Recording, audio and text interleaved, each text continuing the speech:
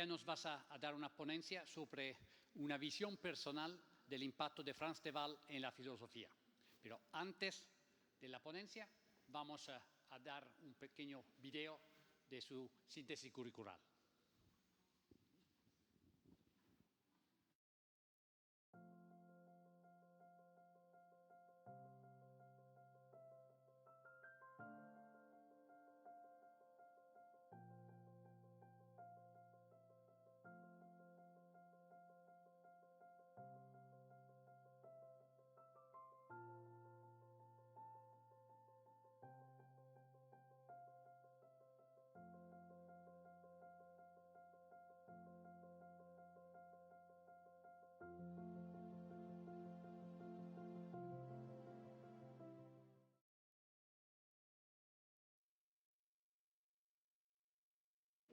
Porque ya estoy diciendo barbaridad. ¿Sí, ya? Ya. O si quieres lo ponemos.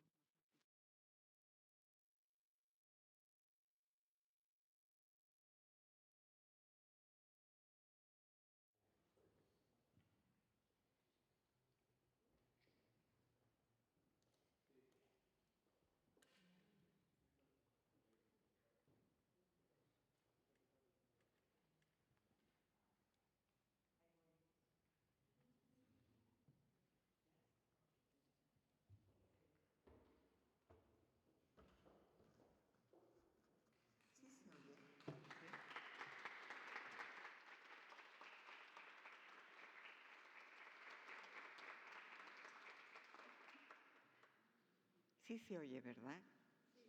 ¿No les reviento los tímpanos? No. Ok, bueno, es que siempre es importante saber.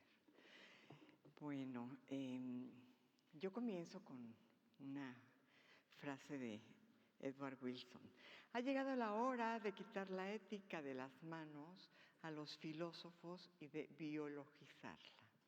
Hace ya décadas que con esta proclama el conocido sociobiólogo de Harvard, Edward Wilson, escandalizó al mundo de la filosofía al reclamar la ética como un área de estudio para la biología, proponiendo con esto un nuevo lugar para su ciencia en los estudios sobre la moral. Pero me pregunto, ¿no acaso es parte de lo que hoy por necesidad estamos haciendo?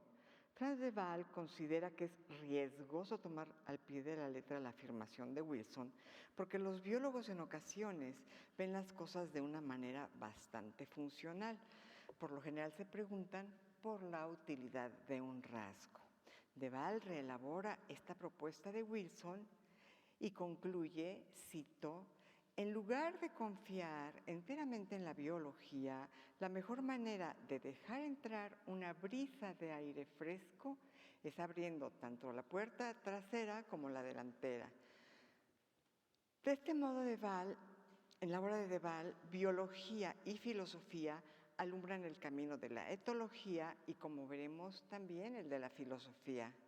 Cabe señalar que él no aclaró cuál de los dos saberes entraría por la puerta delantera y cuál por la trasera, pero creo que es irrelevante darle más importancia a uno que a otro. Lo que me parece digno de mención es que por fin la filosofía cuenta con un etólogo al que los filósofos podemos leer con facilidad para comprender e integrar la biología como parte de los estudios filosóficos. La presencia de esta ciencia se ha tornado indispensable. Existen hitos en el camino, en el camino de la biología, a los cuales ningún filósofo puede dar las espaldas y pensar cuestiones éticas o morales sin tomarlos en cuenta. Un gran momento, por supuesto, fue Darwin, tanto con su teoría de la evolución expuesta en El origen de las especies, como con la nueva valoración de la vida animal que se desprende de The Descent of Man, traducido al castellano como El origen del hombre. Es imposible filosofar a espaldas de Darwin y en particular es absurdo pretender hacer ética sin tomar en cuenta las ideas que logró sintetizar en su obra, mismas que cambiaron el mundo. Algo similar sucede con Frans de Waal. Lo que su obra pone de relieve requiere ser tomado en serio para hablar de ética o de moral en el ser humano. Cualquier filósofo que quiera hablar de estos asuntos en el siglo XXI deberá incluir entre sus lecturas los textos de Frans de Waal si es que quiere hacer ética y moral con los pies puestos en la tierra. De hecho, no es ir demasiado lejos afirmar que la biología contemporánea y en particular la etología deben conformar junto con la filosofía la moderna ontología, porque la ontología es el estudio del ontos, del ente, y al estudiar los animales entre los cuales se encuentra el ser humano, la biología expone la fisis de los animales, nos dice en qué consiste ser un animal. Hoy no podríamos pensar de la misma manera si la biología nos dijera que los animales son un conjunto de resortes mecanizados. Nuestras propuestas éticas serían muy diferentes y definitivamente no tendríamos por qué incluir a los animales entre nuestras preocupaciones morales. El muro que por siglos dividió a la humanidad del resto del mundo animal, ese muro que resistió la hora del mismo Darwin, ha caído con los estudios de varias generaciones de etólogos a los que dieron el banderazo de salida las obras de Carl von Fritsch, de Nico Tinbergen y de Konrad Lorenz. El conocido discípulo de Tinbergen, Desmond Morris, resume la nueva actitud de la etología cuando se refiere a Konrad Lorenz diciendo que él no era antropomórfico, sino todo lo contrario, era teriomórfico, se convertía en el animal que estaba describiendo. Esta escuela de los grandes creadores de la etología se contrapuso al conductismo de laboratorio y reclamó la observación de los animales en sus sociedades y, dirá de Waal, en su Umwelt, en su propio mundo circundante. De ahí que para él esta disciplina, cito, ha abrazado un enfoque más evolutivo que reconoce que cada especie tiene una historia evolutiva diferente que contar. Cada organismo tiene su propia ecología y modo de vida, su propio Umwelt. No hay ninguna especie que pueda servir de modelo para el resto. Fin de la cita de Waal. Los seres humanos, denuncia este etólogo, nos hemos tomado como modelo desde el cual se comparan todas las demás especies y desde esa actitud es imposible comprenderlas. Tenemos la inteligencia necesaria para ello, pero esta solo nos puede servir si comprendemos que nuestro reto es pensar más como ellas, para abrir nuestras mentes a sus circunstancias y metas específicas y poder observarlas en sus propios términos. Con este espíritu, en de Waal la etología alcanza su tercera generación y ante un mundo de científicos que se preguntaba constantemente por el papel de la agresión, él toma un camino diferente y decide preguntarse por la empatía, por la compasión, por la bondad. Quizá en efecto para sus contemporáneos de Waal era un romántico. Buscar bondad y compasión en los animales, suerte con ello, porque en aquellos momentos todo empujaba hacia encontrar en ellos egoísmo, violencia y los aspectos propios del mundo, entre comillas, salvaje. Con esto en mente, nuestro científico inició un camino que años después culminó con una obra que deslumbró a la humanidad por su impresionante poder de penetración social. No en balde, en 2007 la revista Time lo incluyó en la lista de las 100 personalidades más influyentes del planeta. Desde su primera hasta su última obra, de Waal nos ha educado, de Waal nos ha cambiado. Con sus investigaciones fue factible ver caer de modo estrepitoso el muro que divide a los humanos del resto de los animales. caída que se presintió desde el subtítulo de su libro Bien Natural, Los orígenes del bien y el mal en los humanos y otros animales. Sí, los humanos somos animales que se han negado a reconocer su propia animalidad.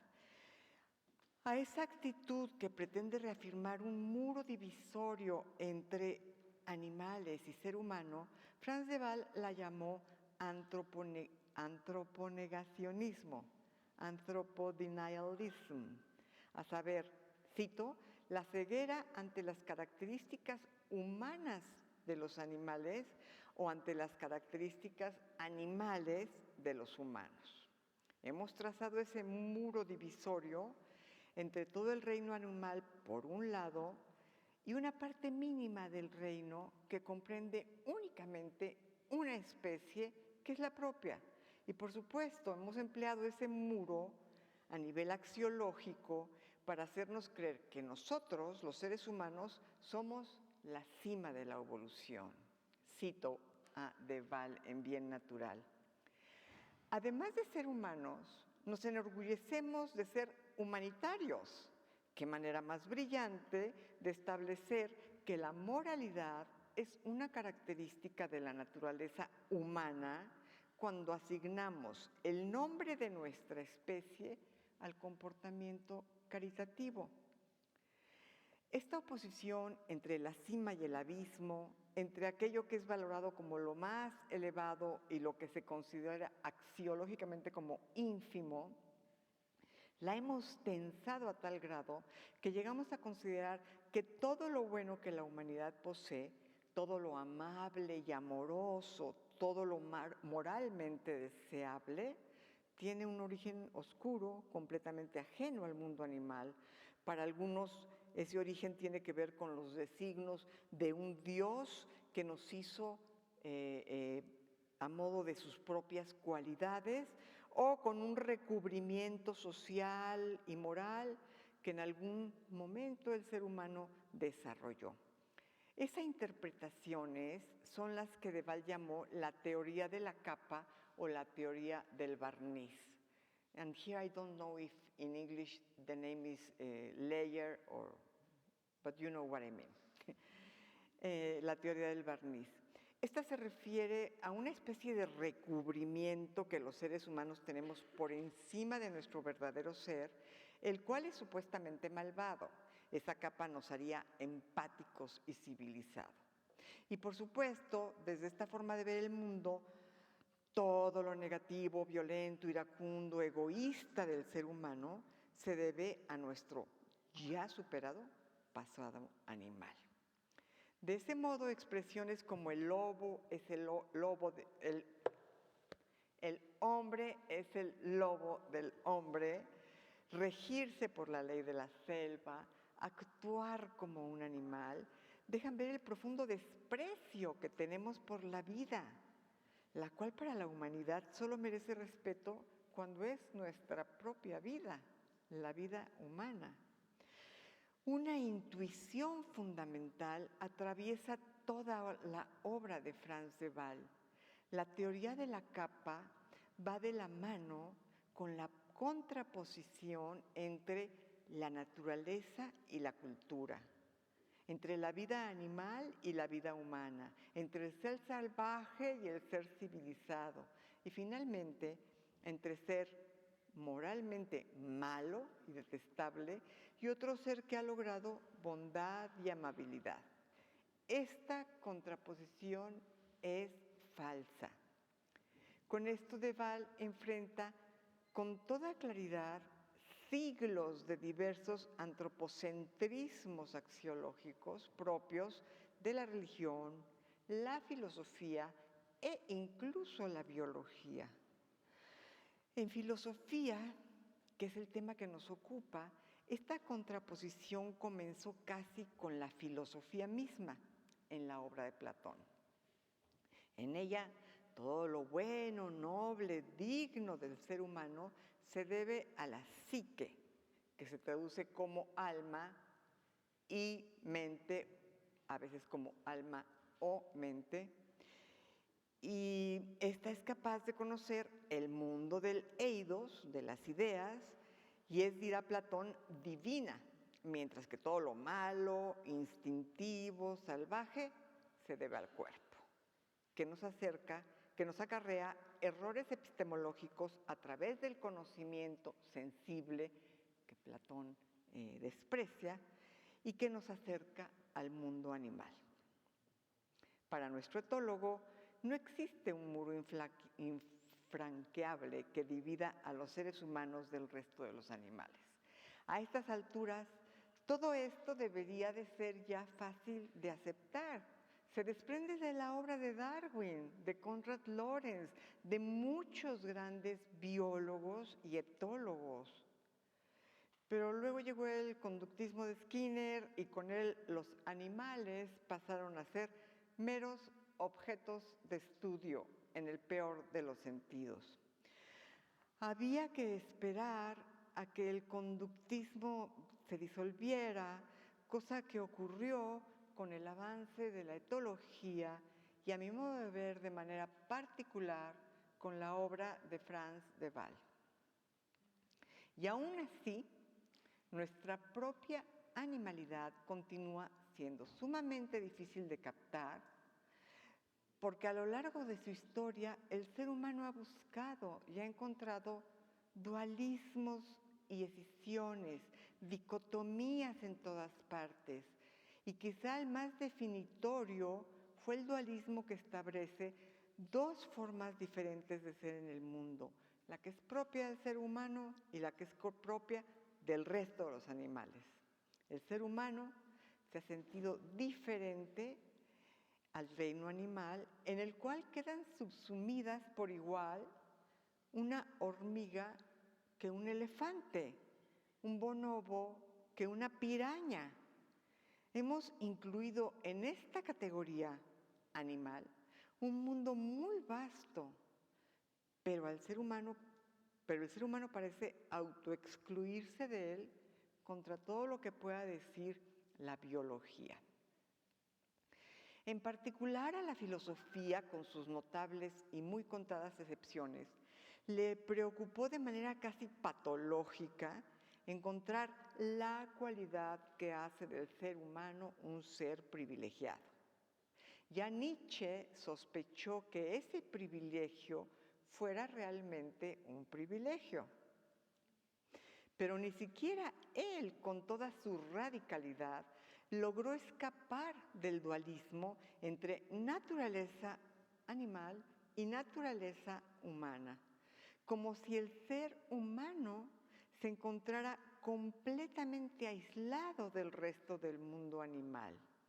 Ante este dualismo maniqueo, de Waal insiste: somos vida en constante evolución y no se puede ser evolucionista en unos aspectos y no evolucionista en otros. El evolucionismo, si se toma en serio, ha de tomarse para todos los ámbitos y en particular para el caso de la ética y la moral. La realidad es que, para nuestra vergüenza, la mencionada teoría de la capa se encuentra aún presente en un amplísimo porcentaje de la filosofía y de la humanidad. Las variantes religiosas de esta teoría son abrumadoras y las variantes filosóficas son muchísimas. Entre ellas se encuentran filósofos tan diferentes como Hobbes y Nietzsche. Para el primero, el ser humano es malo por naturaleza. De ahí que para la convivencia social se requiera de una ley autoritaria que ponga límites y controle el impulso agresivo del más egoísta de todos los seres, el ser humano. Para Nietzsche, en particular para el Nietzsche de la genealogía de la moral, el ser humano es egoísta por naturaleza y no solo egoísta, es salvaje y cruel. Pero cuando se niega a reconocerlo, mientras más lo niega, denuncia Nietzsche, más refina su crueldad. La capa de Hobbes es la ley, la capa de Nietzsche es la domesticación del ser humano a través de la moral. Son propuestas muy diferentes, pero conllevan este fondo, este mismo fondo. Y si tomamos en cuenta la influencia que aún tienen estos pensadores en nuestra sociedad, debemos decir que la filosofía aún no ha logrado superar lo que Deval llamó la teoría de la capa. Esta teoría resulta necesaria para cualquier filosofía que pretenda explicar la bondad en un ser que se concibe de entrada como malo por naturaleza. Es necesaria para explicar la capacidad de empatía y solidaridad en un ser que por naturaleza es egoísta. Pero bien visto, la teoría de la capa también sería necesaria si afirmáramos que por naturaleza el ser humano es enteramente bueno. ¿De dónde habría salido entonces la maldad? Tendríamos que aceptar que la maldad es una especie de capa que hemos adquirido a través del contacto con la sociedad que ya se ha corrompido, un poco al modo de Rousseau. Pero para esto, la teoría de la capa tampoco podría ser funcional. Si el ser humano es enteramente bueno, ¿cuál fue el primer acto malo y de qué fuerza provino? Frans de Waal no requiere estas explicaciones, ya que considera que de entrada el ser humano y los animales no son ni buenos ni malos. Más bien hay algo presente en todos nosotros los animales que ha evolucionado hasta llegar a ser lo que hoy es la moral humana. Ese algo no es la bondad ni el altruismo, ni es la maldad o el egoísmo. De Waal nos da una sorpresa. Ese algo es la capacidad de la empatía. Esta sería la base evolutiva de nuestra moral. Pero ser empático no quiere decir ser bondadoso o amoroso.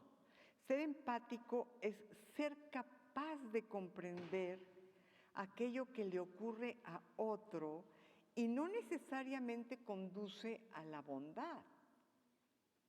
De Waal no es ningún ingenuo que crea que por naturaleza somos completamente buenos. Cito a De Waal. Esa misma capacidad de entender al prójimo, la empatía, también permite herirlo de manera deliberada. Tanto la compasión como la crueldad dependen de la capacidad de imaginar cómo afecta el propio comportamiento a otros. Y en esto él pone un ejemplo, pues él siempre nos hace pensar y nos hace reír, como dijo hace un momento, como dijeron hace un momento los compañeros de teatro, ¿no?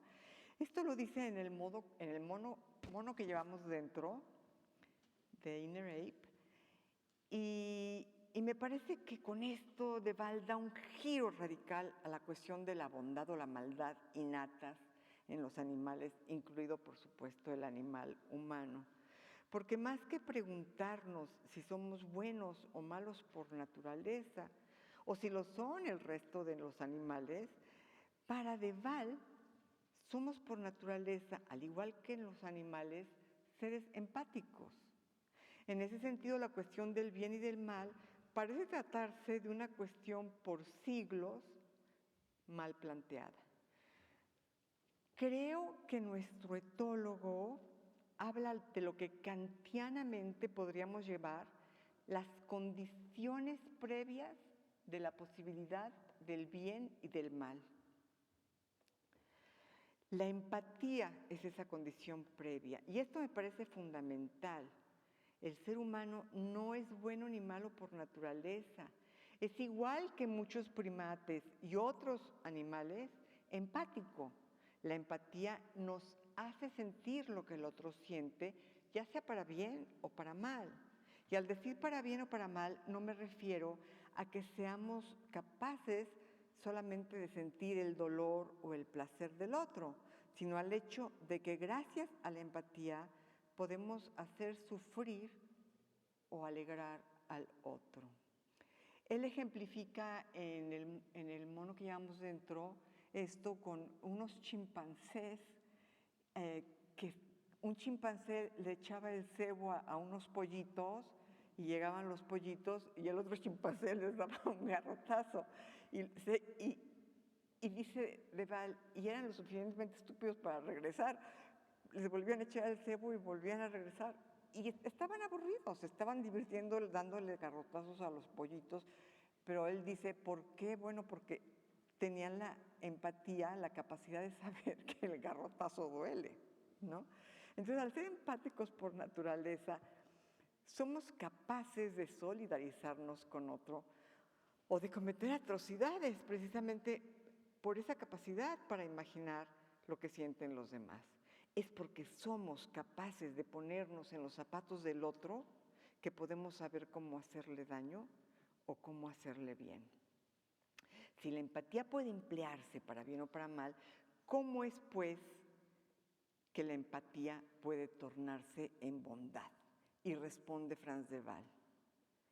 Esto es solo cuando esta capacidad se combina con una actitud positiva que podemos solidarizarnos. Esto, como veremos al hablar del contagio emocional, no sé si contagio emocional esté bien traducido. I'm sorry if this is not so well translated, but I translated just this morning. El contagio emocional será de fundamental importancia para considerar la educación del Homo sapiens, que en ocasiones no tiene nada de empático ni de sapiens.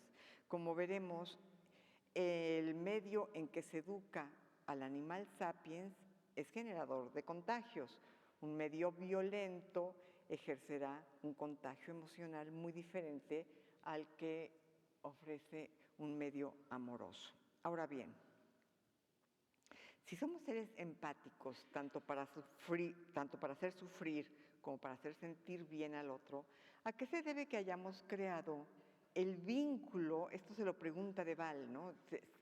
Si somos seres empáticos, tanto para bien como para mal, ¿a qué se debe que hayamos creado el vínculo que hemos desarrollado con el valor que le damos a la bondad?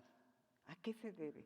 La respuesta de Frans de Waal es que ese vínculo es evolutivo, pero no podemos comprenderlo por la tendencia que ha reinado a lo largo de siglos en la historia humana, en la cual hemos creído que los animales están atrapados en el presente y no tienen una visión del futuro, pues nosotros hemos albergado una fuerte tendencia a infravalorar la vida animal que no es la humana. Por eso nos dice el verdadero desafío, nos dice en el libro Si existe la inteligencia para comprender la inteligencia animal, el verdadero desafío consiste en vencer la resistencia interna propia del antropocentrismo intrínseco al antroponegacionismo, que nos impide reconocernos en los animales y nos impide reconocerlos a ellos en nosotros.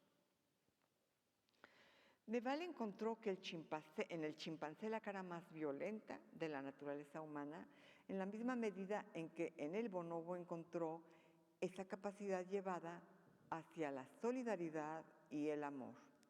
Con lo anterior no quiere decir que el chimpancé tenga una naturaleza completamente mala. Simplemente, en rasgos generales, frente a los sexualizados y amorosos bonobos, los chimpancés resultan bastante más violentos. De modo que estos animales, tan cercanos evolutivamente a nosotros, nos hablan de ambas facetas.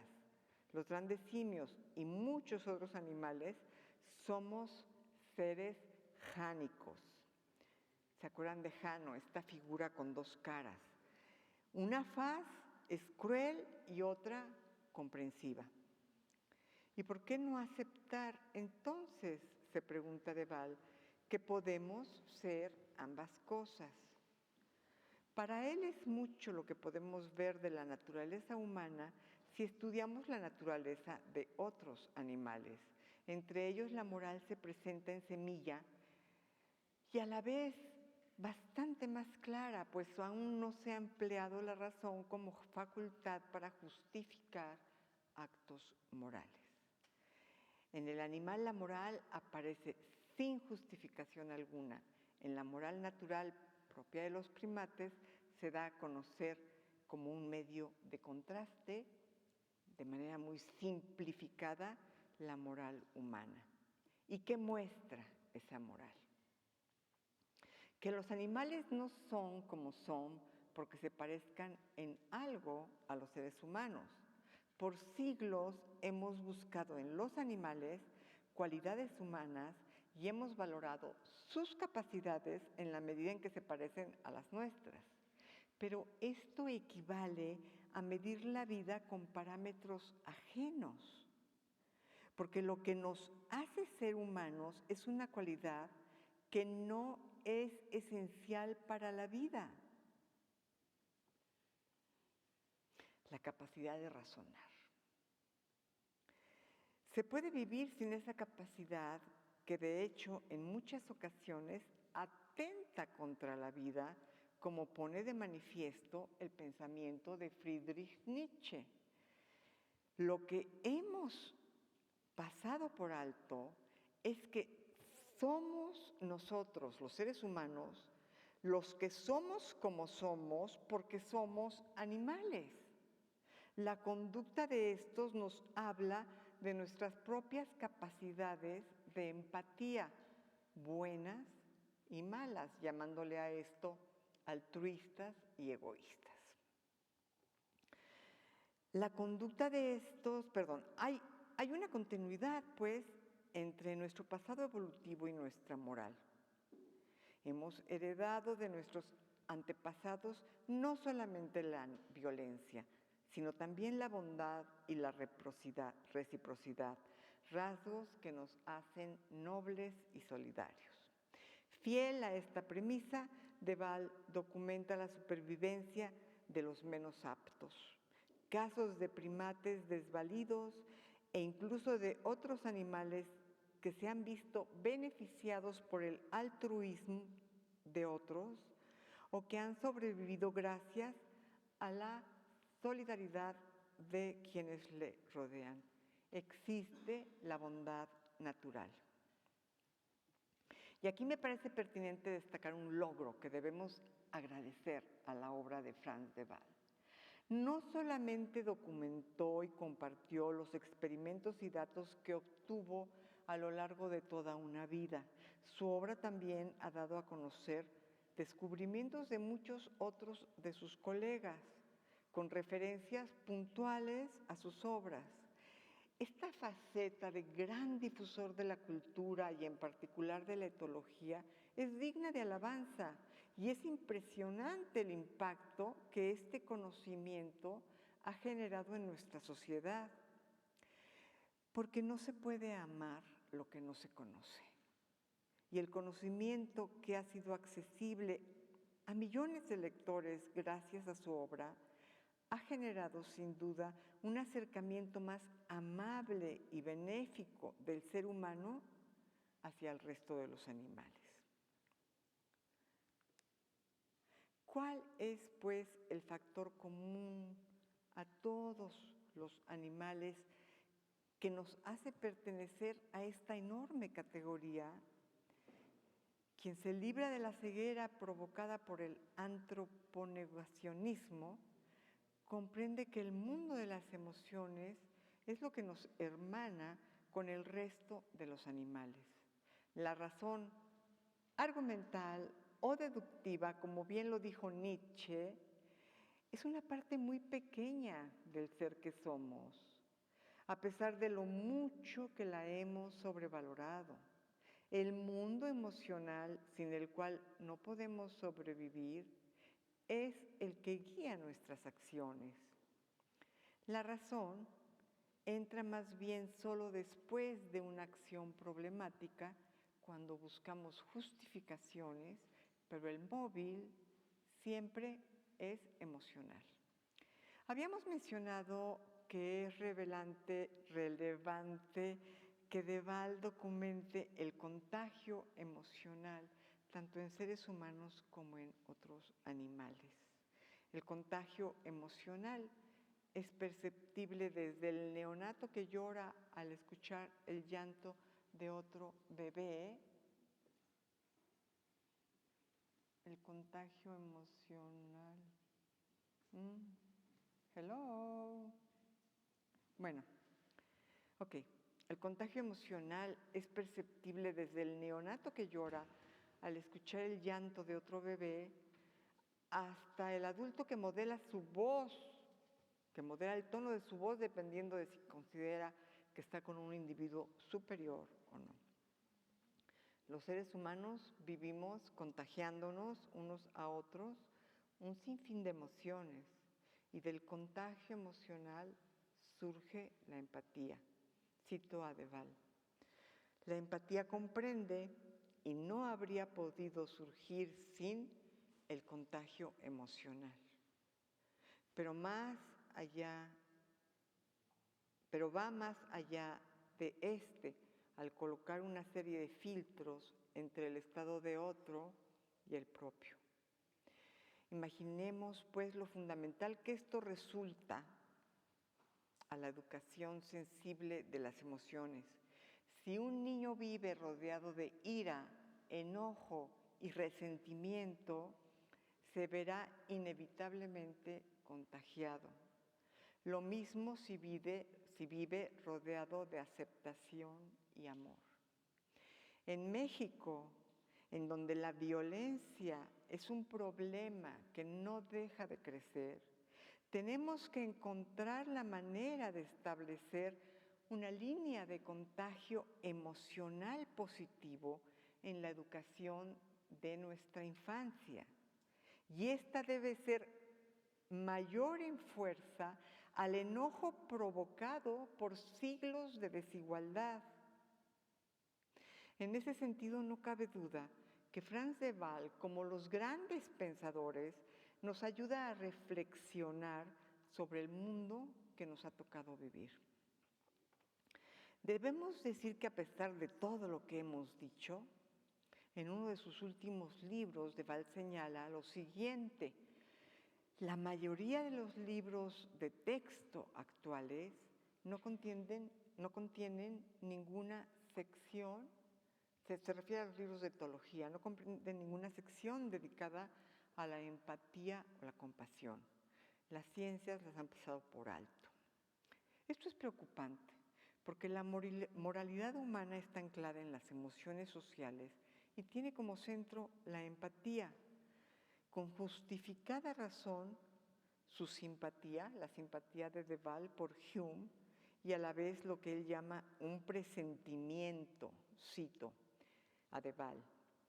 Estamos a las puertas de un giro paradigmático que terminará situando con firmeza la moralidad en el centro emocional de la naturaleza humana. Vivimos, pues, un momento clave en la historia de la autoconcepción humana. De Platón a la fecha, la filosofía se encargó de prevenirnos sobre el papel de las emociones. Estas eran la vergüenza del ser que somos, las locas de la familia.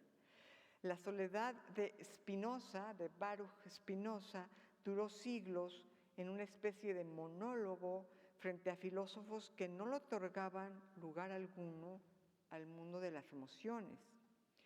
Hume, con su reivindicación de las emociones en el mundo de la moral, y luego, con estilos radicalmente diferentes, Nietzsche y Heidegger, dejan marcado un camino diferente. En lo que estos 4 pilares del pensamiento coinciden es en la urgencia de comprender las formas de conocimiento no racionales. La filosofía occidental, que nació en Grecia, se equivocó durante milenios en lo que respecta a las emociones y a los afectos humanos. Y no se trata de un error menor. Hoy la neurociencia reivindica a estos pensadores aislados que insistieron en la importancia del papel de las emociones en el conocimiento. Con esto se ve forzosamente modificada nuestra concepción de la verdad. Si la verdad ha estado sustentada en la hipervaloración del conocimiento racional y la ciencia demuestra que el papel de las emociones es fundamental en el proceso de conocimiento, ¿qué es la verdad? Para Hume, las verdades que captamos de manera racional son los hechos. La razón se atiene a hechos. Nada tiene que decirnos sobre el bien y el mal. Para Nietzsche, todo es perspectiva y en efecto no hay hechos morales. Lo que hemos considerado verdades morales solo habla de la perspectiva desde la cual conocemos el mundo. Por su parte, Heidegger insistirá en que la verdad no consiste en la correspondencia entre un enunciado y la realidad. La verdad es preteórica, prerracional y remite al momento en que logramos una apertura ante el mundo, en que el mundo se nos abre momentáneamente. Y esa apertura, insisto, es prerracional. Pero en honor a la justicia debemos decir que no solo la filosofía no tuvo ojos para las emociones, como hemos visto, el mismo Deval denuncia que aquí y ahora la misma biología evolutiva no ha sido capaz de darle el lugar correcto a las emociones. Vivimos en ese sentido en un momento privilegiado en que por fin ciencia y filosofía coinciden al subrayar la importancia de las emociones y de los estados no racionales en general. Me gusta decirlo de esta manera: la razón no es el macho alfa de las emociones, o como lo diría Hume, la razón es esclava de las pasiones y no lo contrario.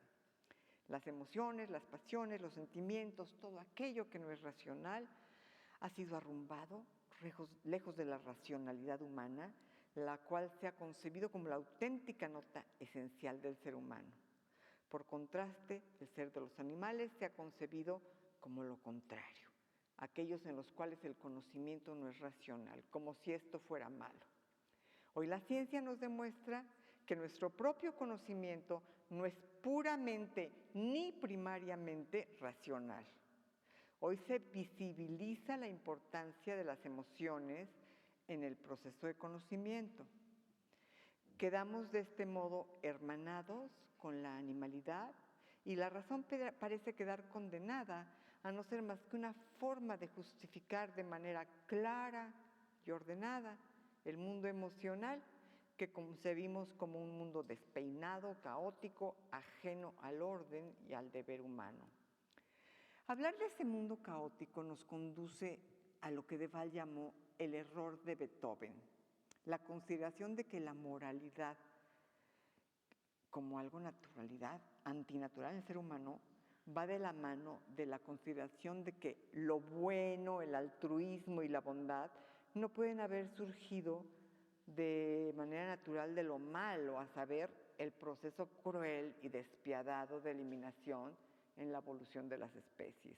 Le llama el error de Beethoven porque en efecto Beethoven compuso muchas de las más bellas obras musicales de la humanidad en un cuarto inmundo, maloliente, sucio, y decir desordenado es poco. El error de Beethoven no radica entonces solamente en creer que del caos no puede surgir el orden, sino en creer que la naturaleza es solamente ese caos, que es cruel, desordenada, maloliente y sin sentido. Y sí que lo es. Ya Viruté Gáldicas narró en sus memorias lo que fue su vida en la selva a lo largo de los años que estudió la vida de los orangutanes. Humedad, suciedad, pantanos, excremento, picaduras, enfermedades. La vida es eso, la naturaleza es eso, pero no podemos definir la vida solo por una de sus facetas. Así como la naturaleza es todo eso, también es creativa, bella, bondadosa y amable. Por eso Deval coincide con Nietzsche en la insistencia de que la vida no es solamente una de sus facetas. No podemos valorarla de manera maniquea. La vida es guerra, sí, pero también es paz. Es maldad, pero también bondad. Es dolor, pero también alegría. Concluyo con dos reflexiones, y ya concluyo. Decía Nietzsche que toda filosofía es un género de confesión. Franz de Waal ha sido un filósofo de la etología y como tal también su obra es un género de confesión. ¿Y qué nos confiesa Franz de Waal como filósofo? ¿Qué es lo que conocemos de su persona a través de su obra? Todo su pensamiento es una constante lucha por visibilizar la empatía y la bondad existente en el mundo animal, al cual pertenecemos nosotros. Encuentro en de Waal un pensador en el cual la inteligencia se encontró de frente a la bondad. No es fácil que esto ocurra. La obra de Waal habla de un hombre inteligente, un penetrante observador, un científico serio, pero también un ser bondadoso. Por otro lado, la otra reflexión, son pocos los seres humanos que con su vida han escrito su obra. Sócrates es el primero del que tenemos conocimiento. Para él la filosofía no tenía nada que ver con la escritura ni con la lectura, sino con un modo de vivir. Por eso nunca escribió y nunca leyó, se dedicó a dialogar con sus estudiantes.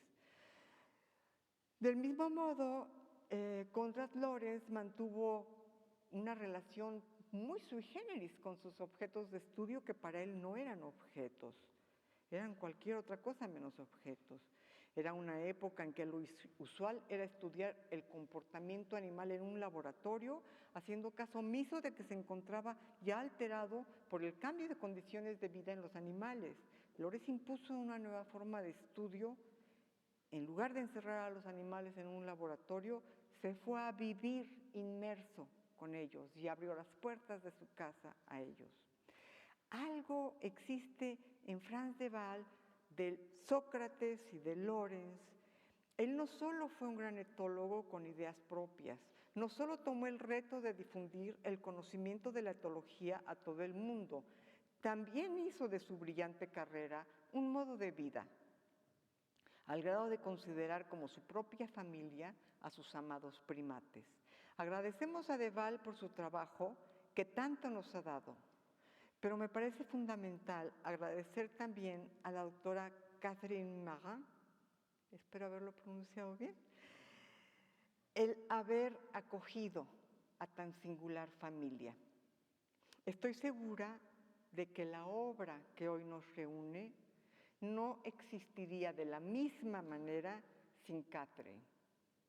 Gracias a Franz y a Catherine por haber cultivado con inteligencia, con empatía, amor y bondad esta singular familia que tantas enseñanzas ha dejado a la humanidad en beneficio de todos nosotros, los animales que poblamos este hermoso planeta.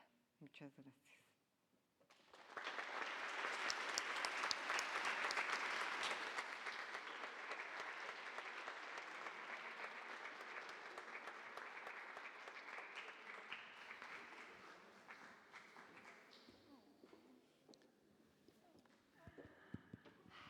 Muy bien, muchas gracias. Gracias, Paulina, para esta brillante presentación.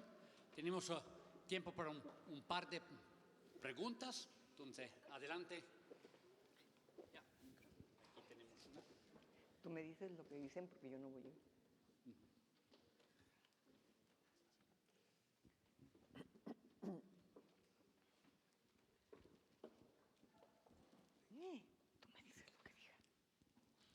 Thank you very much for your wonderful talk. I really enjoyed that.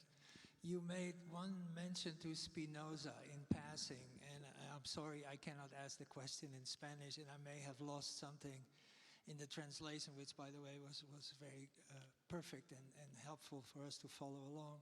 But how would you consider Spinoza in the way France's thoughts and work came about? You mentioned Nietzsche, you mentioned Hume, all the stalwarts of philosophy.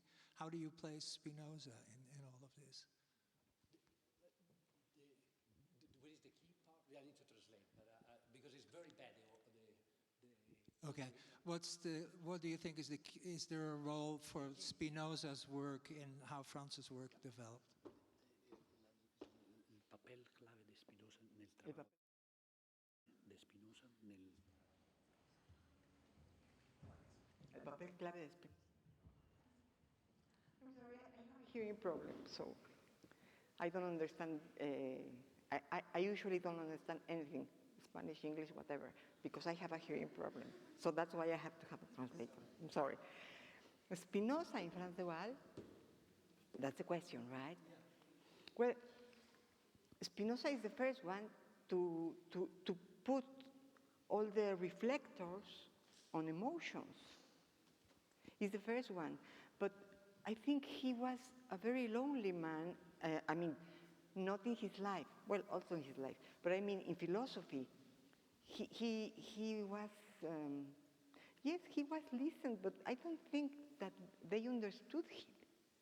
I don't think so, really. Humanity was too rational to understand Spinoza.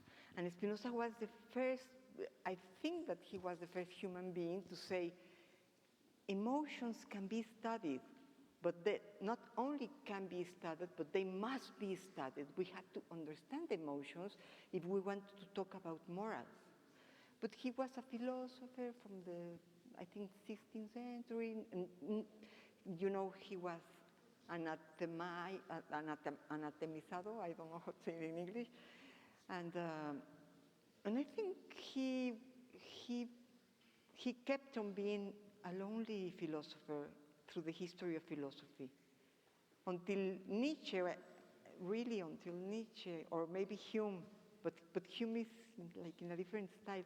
But some texts of Nietzsche, because, well, some other texts are very problematic, I know, but some texts of Nietzsche, well, Nietzsche would say that he loved Spinoza because of that, because he was the one that realized that reason was only a very small part of human beings, and that we had not seen what was really important, that was emotions. I don't know if I am answering you. No, that's a wonderful answer, and I think maybe Spinoza can be better understood also through France's work. It's reciprocal. Yeah. Any other question? We welcome one more very philosophical question. Anything you feel like. Se reciben mentadas de madre, preguntas.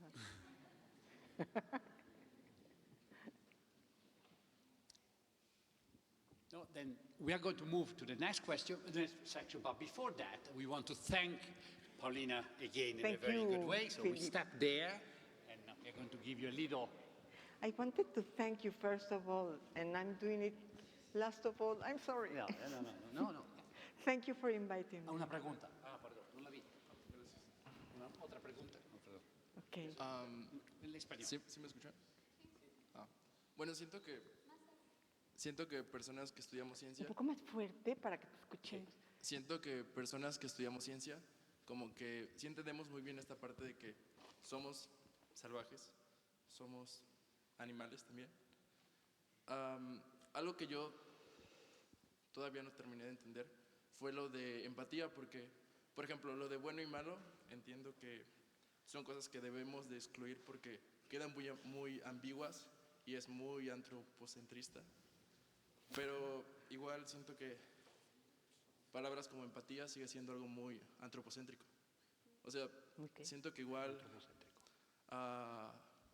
Franz pues trató de, por así decirse, llegar a todos, justamente diciéndolo de esta manera como empatía o cosas así. Porque, bueno, ha habido estudios que siempre nos vemos o percibimos como la mejor persona, aunque a veces no lo somos. Y también creo que, tal cual como dijo usted, en la naturaleza no hay cosas ni buenas ni malas, tal vez solo cosas que son necesarias para que pues todo funcione y todo pues Pero, digamos,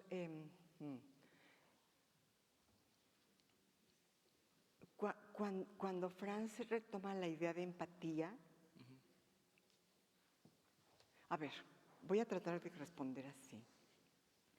Siempre vamos a ser antropocentristas epistemológicos, porque siempre vamos a conocer desde las categorías básicas de nuestro entendimiento y desde nuestro conocimiento sensible del mundo, ¿no? La cuestión es si vamos a ser antropocentristas en aquello a lo que dirigimos la mirada y en la forma en que valoramos, lo que Alejandro Herrera llama antropocentrismo moral. Eso es lo que se puede evitar. ¿A dónde diriges la mirada? Únicamente al ser humano. ¿A dónde diriges los valores? ¿Qué es lo que vale únicamente la vida humana? Entonces, cuando Franz habla de empatía, lo que está diciendo es que nosotros somos empáticos no por ser seres humanos, sino por ser animales. ¿Sí? ¿Te fijas? O sea, siempre hemos pensado que somos como somos porque somos seres humanos y los animales pues todavía no logran nuestra grandeza, ¿no? Lo que Franz nos está haciendo ver es que somos como somos,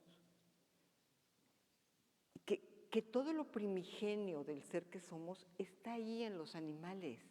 Entonces, está puesto de una forma tan simple que ellos nos pueden explicar mejor, pues sí, nuestra ira, nuestra agresión al estilo del Lord, pero lo que a él le preocupaba era la empatía, la compasión. Pero somos compasivos no por ser humanos, sino por ser animales.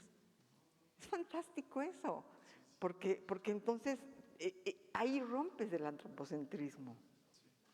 ¿Sí? ¿Sí? sí. Ok. Muy bien. Muchas gracias de estas preguntas y de esta respuesta. Entonces le vamos a entregar un pequeño Majet.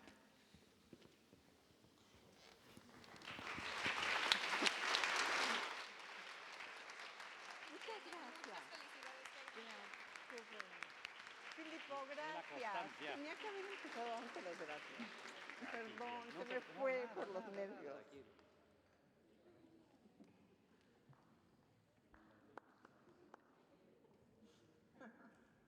Gracias. Gracias. Gracias a todos ustedes. Gracias.